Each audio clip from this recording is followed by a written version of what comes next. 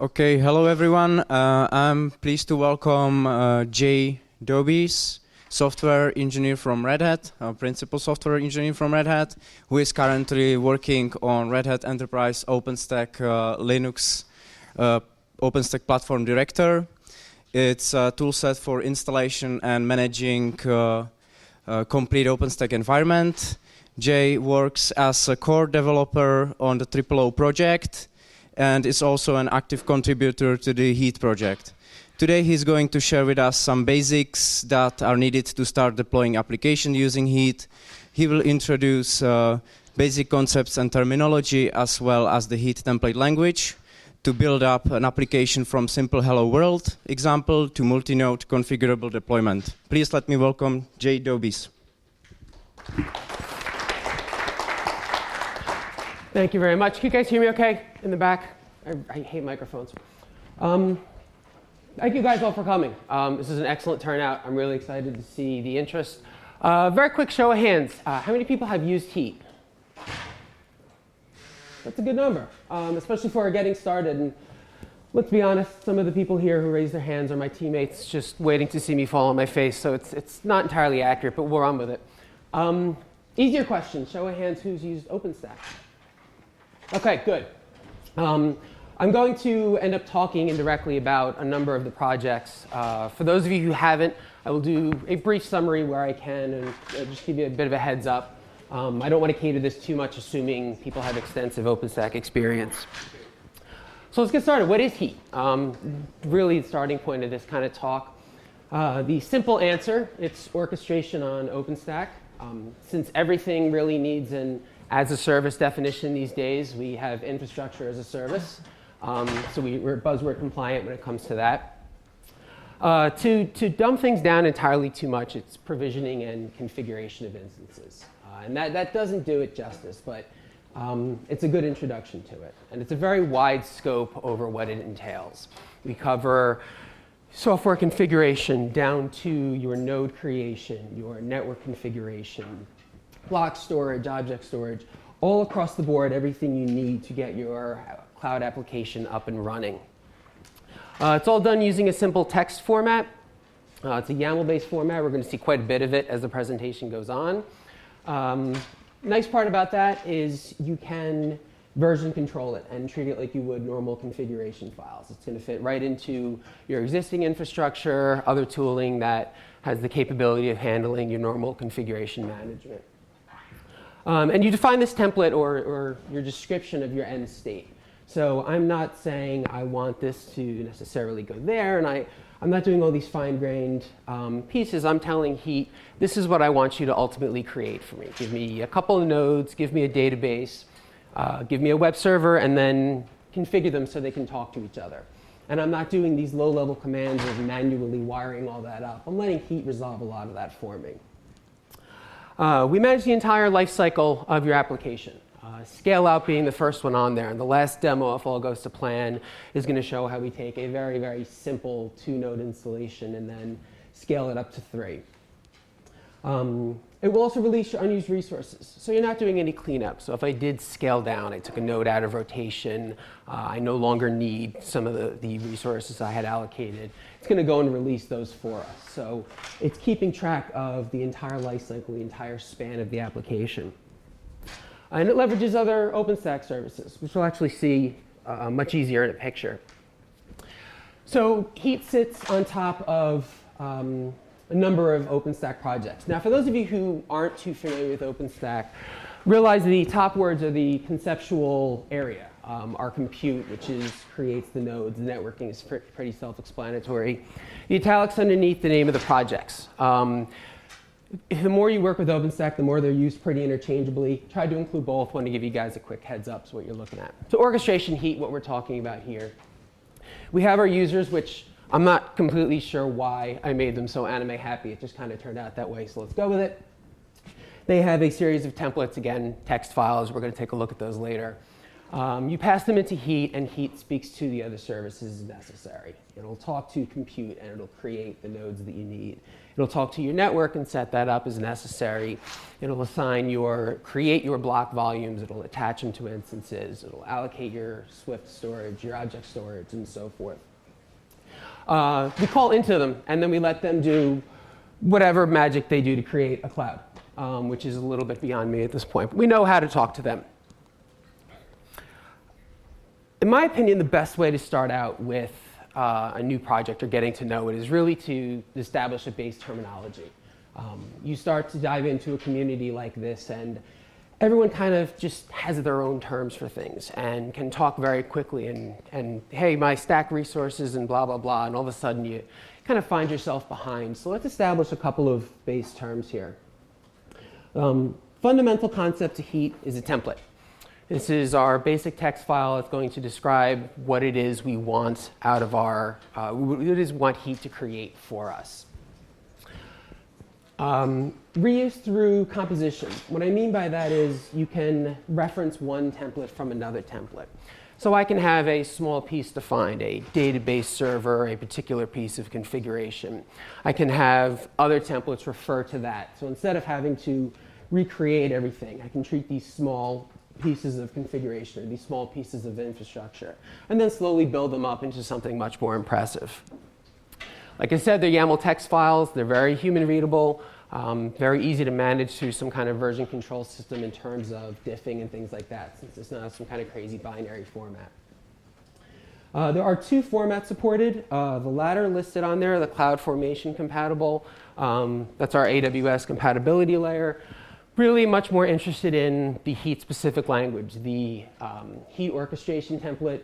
You'll very commonly just hear the term references hot, the hot template or the hot format. That's the examples that we're going to see today. So an environment, I have file in parentheses because it is another file, goes side by side with your templates. Oftentimes you'll see people just refer to the environment. It's just another file that we're pairing with the template. And it serves two main functions. You can provide your input values to the template. Now, I didn't have it on the last slide, but your template is effectively parameterized. So I'm not just hard coding one very, very specific thing. I can have a database server, but I'm not necessarily saying this is exactly how it has to be. I can have input parameters that dictate pool sizes and the like. Your environment can carry values for those, so you're not always entering them. You can version these files separately as well. So this is how you can take the same templates and deploy from dev to QA to prod. You're not changing the templates, you're only tweaking a couple values in this environment. The other main function is namespacing. We'll see that all of the things we create in Heat have a particular type, a compute node or a neutron port. I can define my own. I mentioned the composability before.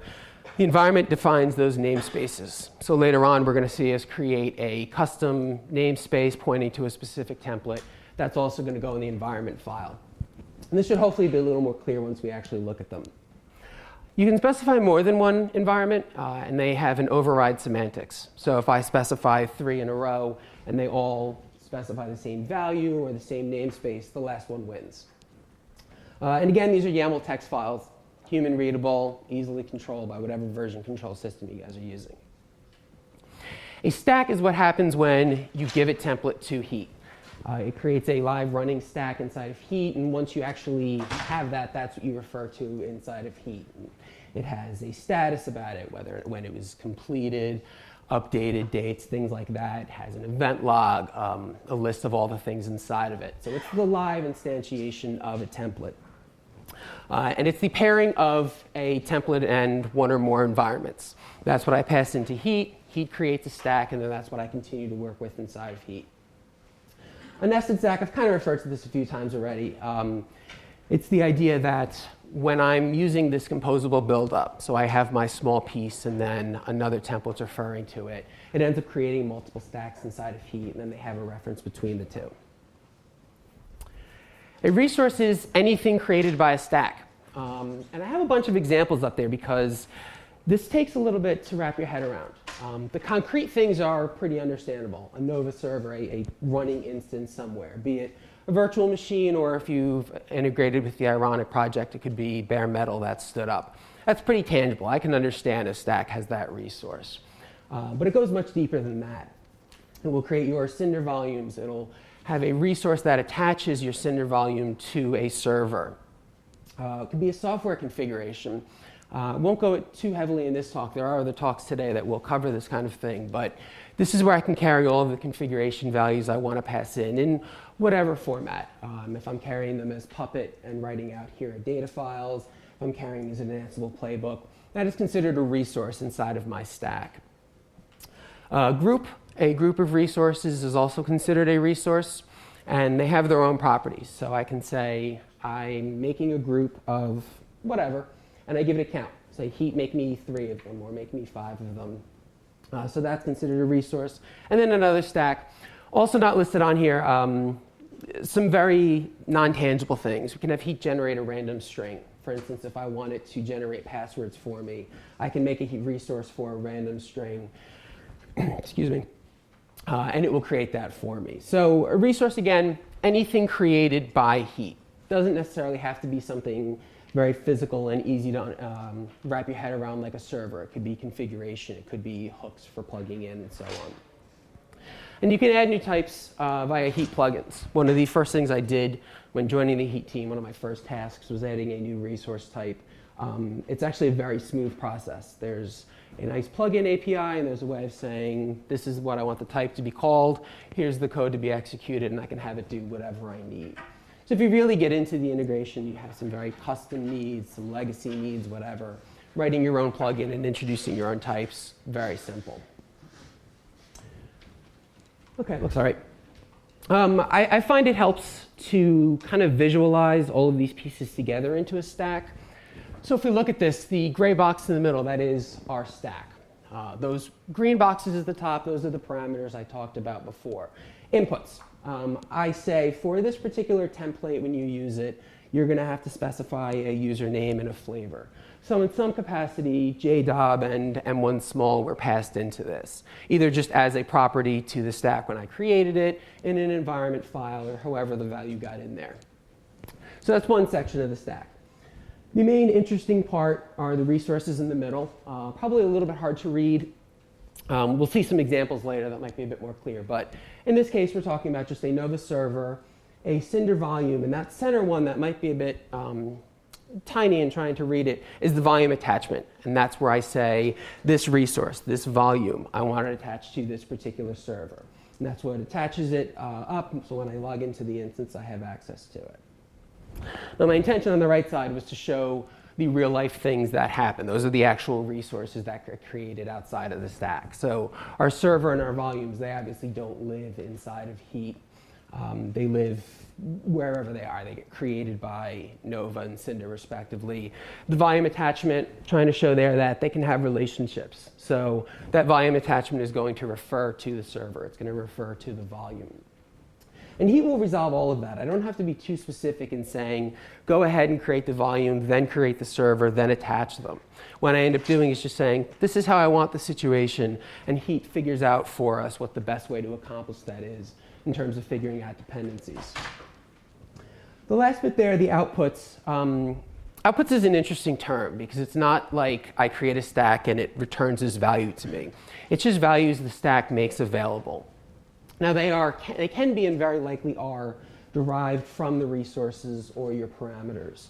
So in this case, I'm saying my stack is going to output something called an IP address, and there's the example values. So when I go into Heat and I say, show me the details behind this stack, it's going to make the outputs available. That way, I've told Heat, hey, create me a server. Where is it?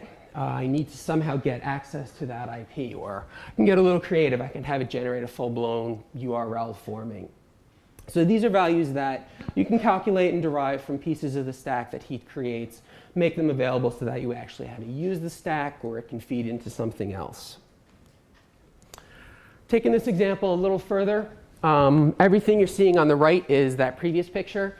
Now we're saying, let's take that one and let's nest it inside of another stack. I'm very happy with that small little piece. It's a database server. It's my custom server that I'm doing some weird stuff on. I need to use that as part of a bigger deployment. If it was a database server, now I want to tie in an application to it or something. So this left side is a completely other stack defined by a separate template. And I'm going to use the resource mapping I mentioned and say, when I call create a resource of this JDOB custom type, I really mean go to that template and create me that small thing that we saw earlier. The arrows on the sides here, the parameters that I feed into the parent template, it will then feed into the child. And then the outputs that come out of the child, I can grab them and make them available from the parent itself. We'll see this in a demo. It should become a little more clear at that point. So anatomy of a Heat template. This slide is one of the more boring ones. Version, you have to put a version at the top to specify the capabilities of your template. I mentioned them there not for you to write down and remember these numbers, but just so you see in the format. It ends up being the date of the release that it was released in. So we up the version for every release. Each release is going to have new capabilities. We'll see at the top of all the examples, there'll be a version tag that'll have, actually I'm not sure it's either one of those. I think I use an older version. And then the description, fairly self-explanatory. You don't need to include it. Obviously, it's very nice to your users if they have an idea of what's in your template before they have to go and read it. Your parameter section, like I said, this is inputs. I don't have to hard code everything into my template. In fact, that kind of defeats the purpose of the template if it only has one very, very specific usage. So these are things that the user, when they go to use the template, will have to pass in the values for. Minimally, they're a name and a type. I'm going to have a username. It's going to be of type string, something like that. Constraints can get very cool. You'll see a couple listed up there. And it's a way of having Heat do the validation for you. So if I say, pass me an IP address, I can have Heat validate that. Yeah, it looks like a valid IP address. Regular expression, a list of enumerated values, and so forth. And there'll be a few examples of that. You can provide defaults. I said that we don't want to hard code everything into our template, but you can provide some same defaults. So you're not always specifying every parameter every time. And then there's a grouping mechanism, which is technically a separate section from parameters. But it's exactly what you'd expect. It's a parameter group. It has a name, and it says these parameters are related in some capacity. Login information, database information, and so on. We'll have a list of resources. Those are the entities that we're going to create. Minimally, I'm going to name it, and I'm going to say what type it is. It's a Nova server, it's a JDOB custom, and so forth. You'll see there's a lot more to it. Most times you're going to specify properties to it to configure it further. And then the outputs. These are things that we're going to calculate and make available. So when I ask Heat, hey, what's the status of that stack? It's going to spit these output values back out to me. This intrinsic functions, it's in italic because it's not technically a section in the Heat template, but it's something available to you. And you'll end up using it pretty frequently. And it's commands. Again, this is all just YAML, but it's commands that you can put in to derive values or do some kind of manipulation. So there's a command for saying, give me the value of this parameter. Give me, get parameter username from my previous example. I can look inside of other resources and pull values out of there. I can read a file in, and then I can do a whole bunch of string manipulation, map merging, things like that. So examples there are building up a URL. I take the IP address out of the server. I could take a port from wherever Neutron put things on, and I can build up a URL and return that to the user. So I said, this is what I want. He creates it, and then it's going to give me enough information so I can actually access it. OK, very quick example here to kind of make it a little concrete, because I can talk about those concepts all day, and it'll kind of click, but seeing it is really what makes it stick. So we have a version at the top. List of parameters, this one will be username. So the user, when they go to create it, they're going to have to pass in a value for it. You'll see it has to be a string. And I have a regex, which please don't analyze. I copy and pasted that as an example. That's not what I would ever require as a username. So don't come away thinking I have these kind of sociopathic tendencies toward usernames. I like regex expressions. I think it shows the power of constraints. The bottom one down here I include because you also have constraints to other OpenStack services. So instead of having to enumerate out and say it can be one of M1 tiny, M1 small, and so on, I can just say it has to be a Nova flavor. And Heat will go and look up to Nova and come back to me and say, hey, this is a valid flavor, or it'll fail validation, say whatever you passed is not configured in Nova. Under our resources section, they'll have a name again. So our generated password, these obviously have to be unique because they identify the resource. They'll have a type. The syntax in Heat that pretty much everyone has stuck to is this double colon separated notation. So OS Heat random string built into Heat, and it's just going to generate me a random string. The properties there is an example of how we can configure the resource. In this case, I say, give me only a 4-character random string. Again, not a real example. I would never want that as a password.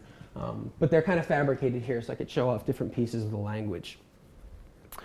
Let's jump to, well, let's cover server 1. And the only reason I included is the intentional depends on command or notation. You don't have to manually resolve all the dependencies out. Like I said earlier, that if I have a volume and I have a server and I have a volume attachment that connects the two, Heat will know, be smart enough and say, okay, well, I'm going to need these two things before I can attach them. There is an explicit notation, though, if I do want to convey my own dependencies. On the bottom, this is what a very typical resource looks like, and in fact, server is a great example for it. So we're saying I want a server in this case, and those are the properties that I'm handing into the server, or into the Nova server creation. Now that plugin tells me I can pass in something called an image, I can pass in a flavor. You guys pretty much know what that's going to do. That getParam syntax is saying take it out of the user entered parameters. So when I create this stack, I can specify image ID as Ceros, whatever the full name of the image is in Glance. And when I pass it in the flavor, M1 tiny, M1 small, and so forth. This is that intrinsic functions I was talking about, where it's going to map things between what the user inputted and let me pull it into the resource. Then the output section, again, we start with a name, so my generated password. More examples of these built-in functions. So in this case, I'm just saying, give me the resource generated password. That was my random string. I want to take that and I want to make it available to the user. On the bottom, it's going to show a slightly more interesting example of looking inside of a resource. I'm saying my instance, which presumably is a Nova server, give me the first address of it, and that should return the first IP address for me. So I have ideas for this demo.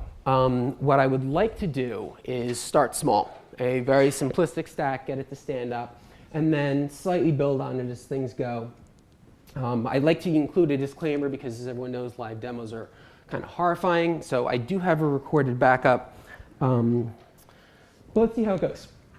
I'm hoping you guys can read that. I took a quick look before I started this. So for those of you not familiar with OpenStack, this is the current paradigm. Each project has its own CLI. They typically output a big table like that that'll hopefully stay kind of readable on this screen. And all I'm really doing here is this kind of magician trick of, look, there's nothing up my sleeve. There's nothing pre-created. We don't have any stacks, no Nova instances running, nothing running in Cinder.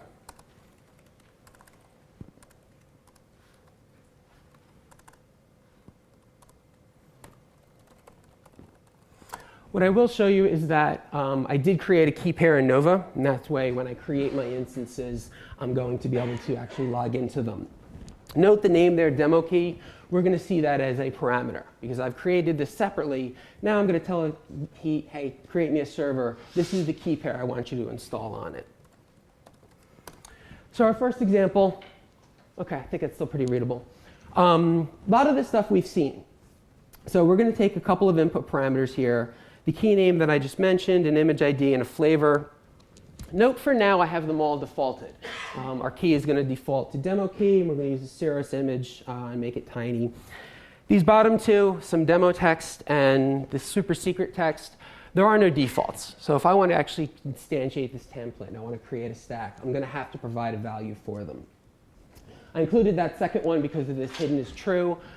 You'll see what happens. The short version is that Heat's not going to display that value back to me. So it is useful for passing passwords and the like into it and not having it be a security risk. Scrolling down toward the bottom here, we're going to make a server. I'm going to pass in the image, flavor, key name. And then this user data, this will grow more complex as the examples go on. This is a way for me to pass in custom information for that server. Right here, I'm doing a couple of different things. I'm going to run a basic shell script. It's going to echo something to temp demo file. And you'll see I'm starting to show some of these intrinsic functions. So a string replace, where the value that we specified for demo text is going to be stuffed in.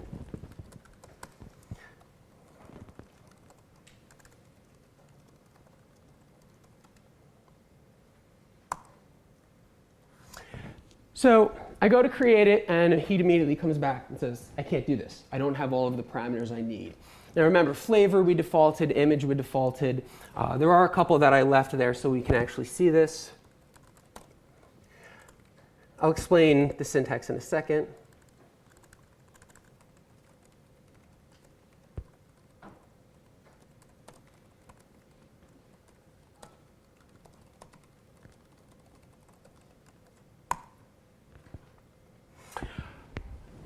So on the Heat command line, I go to create a stack. I have to give it a name. That's how I'm going to refer to that stack later on when I want to check its status or get some values out of it. B-F is I'm saying this is the file where my template is. And -P option is how I specify parameters if I'm not using an environment.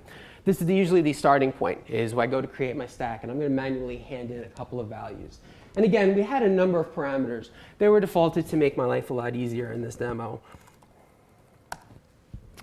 If I run the Heat stack list, this is going to give me an output of what Heat has in terms of its stacks. Breathing slightly easier that it went to create complete and not failed, so that's a good sign. So we've seen that this demo stack that we created, its current state, it's at create complete. There's some more we can ask Heat about. I can say, give me a list of all the events that happened on this stack. Not terribly interesting because it's a small stack, but you can get an idea for how Heat's going to track. We were requested to create something. If you look on the left here, we requested the stack create called demo. We requested an instance create, and then the status of each of those.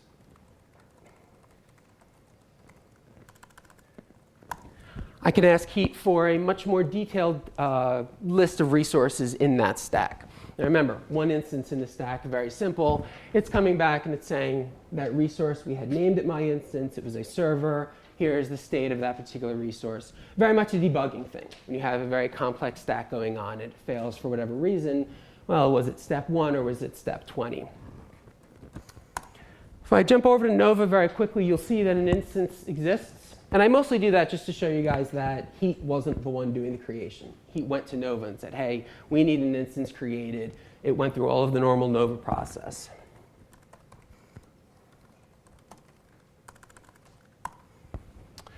This I didn't think was going to actually appear correctly. Sizing issues. It's an extremely big table, so I'll scroll as best I can. What I did was a stack show, and this is saying, give me all of the information we have about that stack. Now, before I scroll, you'll see here in the middle for parameters, that's all of the parameters that we input to it. So if I had used multiple environments, or if I want to go back later and see what a user did, I can see exactly the values that this stack was created with.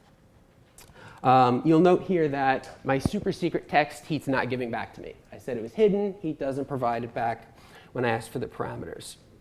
If I scroll up a tiny bit, you'll see now this big section called outputs. These are all the outputs we defined for our stack. In this case, we said, I want you to output something called the networks, and it's going to give me some network information. So this is how I get my way into the instance.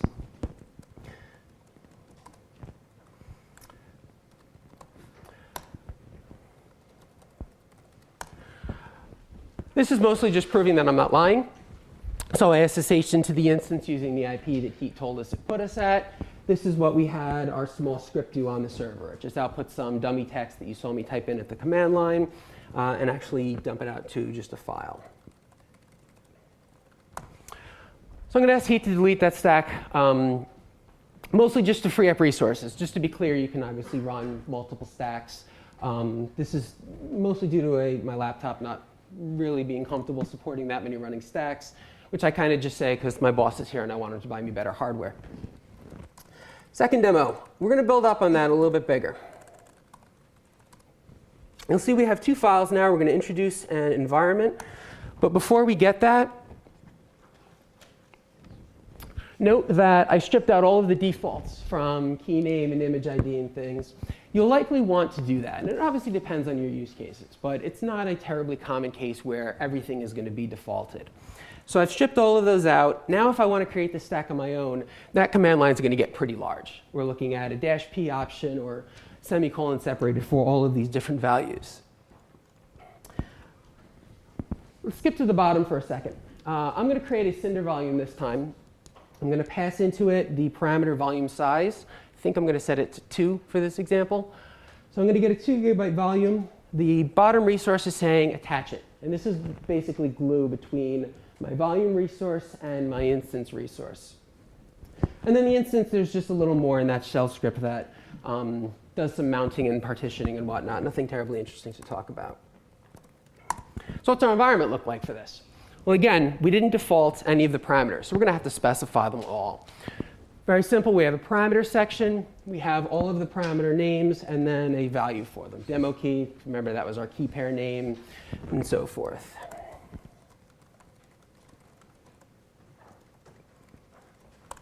Let's do this first. So if I try to just create it on its own, no surprise. My parameter was not specified because, again, these were not defaulted. So what I'm going to do is I'm going to pass in a -e. Now this is going to specify, hey, this is the environment I want you to use. Heat is going to take the values out for the parameters and use those for the stack. I can say -e multiple times. And I've seen projects use this very extensively to enable and disable things, to allow different levels of overriding. Again, the simple example to wrap your head around is dev, QA, prod. You'd want some different settings for each. OK, so stack list, this one created. This should be a little more interesting when we say what is inside of this stack. Now you'll see that we have our Nova server, and we also have the cinder volume and its attachment. Because again, remember that the resources are not necessarily tangible, real things. They're used for glue between other resources and whatnot. If we check out cinder, we can see that, yes, we asked it to create the volume. It created the volume. In the interest of time, I won't do a stack show. It keeps resolving to the same IP address. So I'm just going to use the same SSH command. You'll see we have a 2 gig volume attached. That is the cinder volume. That was attached by Heat, and then that small little script that we had inside our server did everything necessary to make it accessible. And if I go under mount, our demo file was written out where that demo2 text came from the environment. Oops.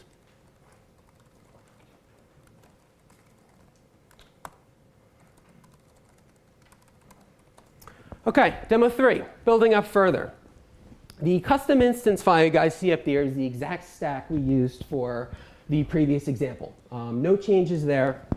What I want to show here is how we use one stack, or how we build up a more impressive stack by utilizing existing ones. So I'm passing in the same values I had passed in. Now, I prefixed them with parent for clarity. It doesn't have to be that way. The real interesting part is in the middle here, where my demo server is that other template we looked at in the previous example. And I'm saying wire in the parent image ID and pass that into that resource as the image ID.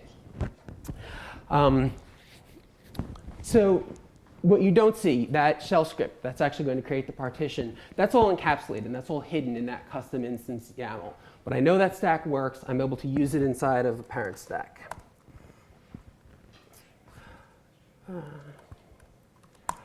One more example I want to point out in here is for our demo text, just another example of the built-in functions. I'm going to say do a get file. Read in the context of this gf.text, and that's what it's going to output into our demo file.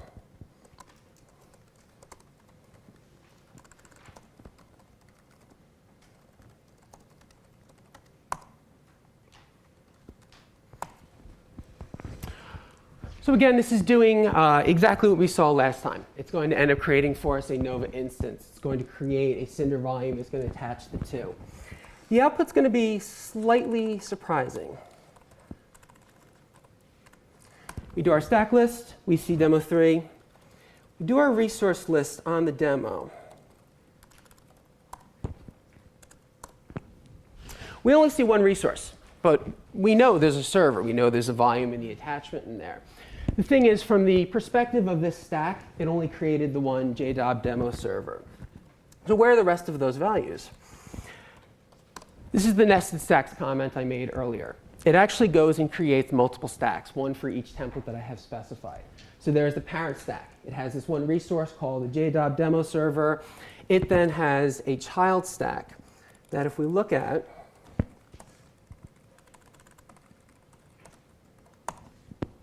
inside of that child stack, we see our server, our volume, and the attachment.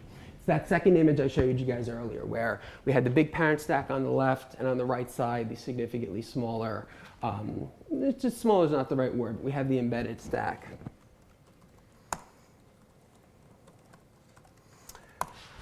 Example here, because at this point of demo planning, I was kind of losing it.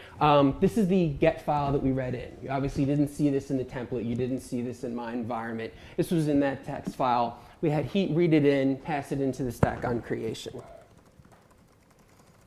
I'm running out of time, but I do have one more. Similar setup. Custom instance is still the same stack we've been working with. Takes an image, creates an instance, creates a volume, and attaches it.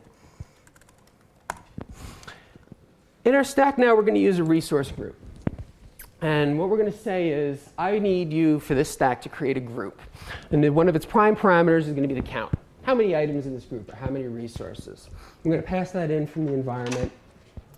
What do I want in my group? Well, I want these demo servers. The same thing we saw in the last time, but now I want it to be in a group, and I want Heat to manage making multiples of them.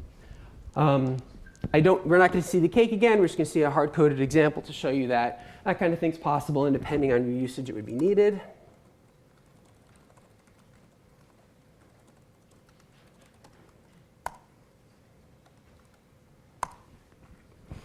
Actually, instead of doing that, important things to note here, the demo count is 2. So what I've said is make this resource group of size 2. Give me 2 of those demo server resources. So if I look inside of Nova, you'll see now it's creating me 2 instances. I've only ever defined JDOB demo server once. I've only ever defined that stack once. It's giving me 2 Nova instances. It's giving me 2 volumes that it's attaching, and presumably it's done. And so we finish the creation. We look at all the stacks. That -n, I'm sorry, I didn't specify that earlier. That's showing me nested stacks as well. So in addition to the list of all of our stacks, show me the hidden ones that he created under the scenes. And you'll see here it created one that is the group, and then a stack for each of the JDOB demo servers. So that's where if we looked inside of it, we would see all of the volume and the volume attachments and so on. Let's try to cram in one more example.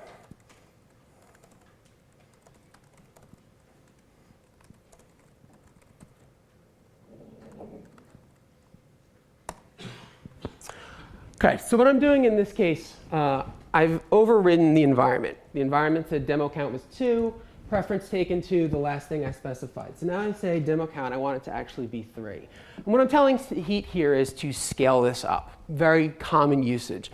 I originally had 2 instances, and give me 3. Heat's going to take all of that logic that's necessary. It's not going to blow away and recreate instances 1 and 2. And if we do a quick Nova list, we'll see now we have 3 instances. And if I had more time, I could dig into that we have more volumes and so on and so forth. For now, I'm just kind of happy the 3 showed up. Some advanced topics I don't have time to go into, but I can tell you in terms of things that you may want to investigate on your own. Convergence is a very new, very popular topic in the Heat community, which revolves around having Heat understand and monitor the state of your stack and try to self-heal and react to what it observes about the resources we had to create. Auto-scaling groups is very similar to a resource group like I showed you guys, except we have Salamander integration. We can set some thresholds, and Heat will then scale the group accordingly. And I already mentioned that the software configuration can support multiple different types here. If we wanted to plug in Puppet, if we wanted to pop in just a user script like we saw. Very quickly, if you want more information on Heat, there are a couple of other talks happening today.